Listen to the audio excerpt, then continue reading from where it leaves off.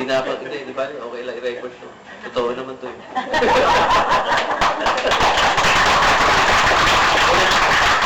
Una po, maraming po salamat sa inyo at maligayang Pasko in advance sa inyong lahat. Ano po, at ako'y hindi mangangako sa inyo. No? Kahapon ay sinimulan ko na ang issue na yan.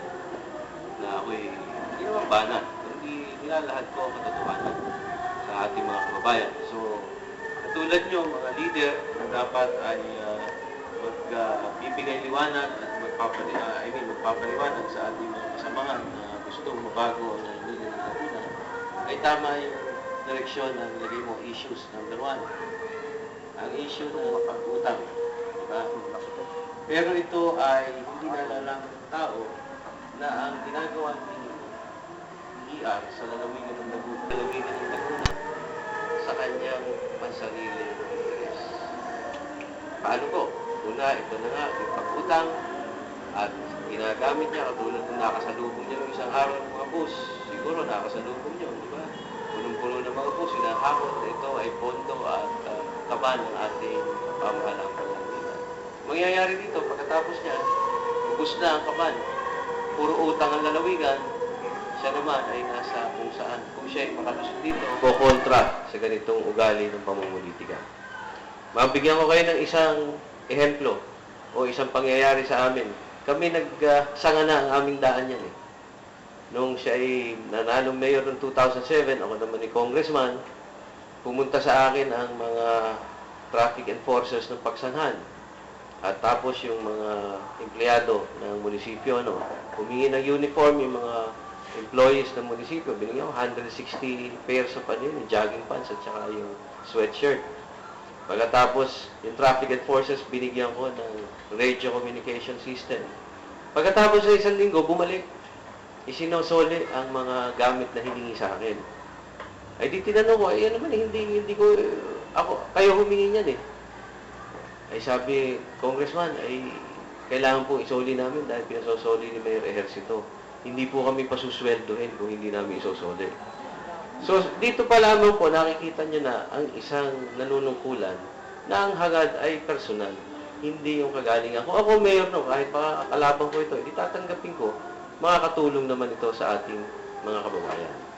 Pangalawa po, hinahabol lang talaga kiningning magawa eh, dahil ina-anticipate ko na eh, na ito si Eng-Eng ay baka mamaya ay biglang sumpungin, ay si Attorney Ferdy Ragasa, at sa harap ni Judge Uqueco, sinabi ko, at kahapon sa San Pablo, sinabi ko rin, kung gusto ni Governor, dahil yan naman na hindi ko pondo, hindi ko pera ni Pinoy yan, hindi pera ni ER, yan ay pera ng mamamayan.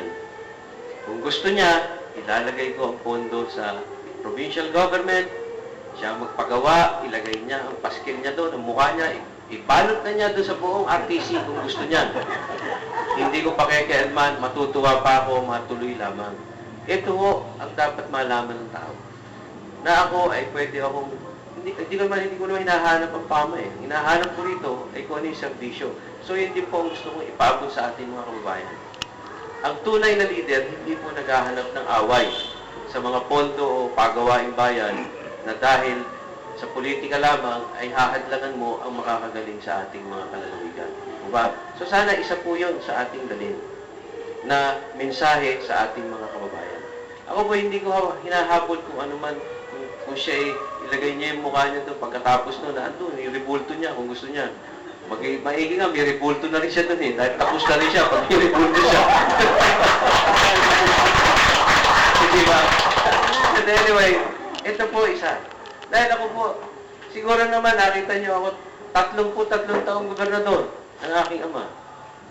Eh siya, wala pang 3 taon, nakita niyo yung mansion doon sa Iton. Dapat ito malaman din ng tao. Ang laki ng bahay na pinagagawa. Ang aking ama, kita niyo, naipundar lang, ito. Hindi pa, kita niyo pa ang kondisyon. At ako naman, hindi naman po ako na-involve sa anumang mga kontrobersyang negosyo dito sa lalawigan. Dapat nga, hawak namin ng STL na ngayon. Kung talagang, napakayaman na sana namin. Pero kita niyo naman ako, hindi rin ako nag-negosyo rin. Impeachment. Sabi sa akin, Ega, yung kalaban mo, kaklase nung anak ko. Yung anak, sabi nung anak ko, Papa,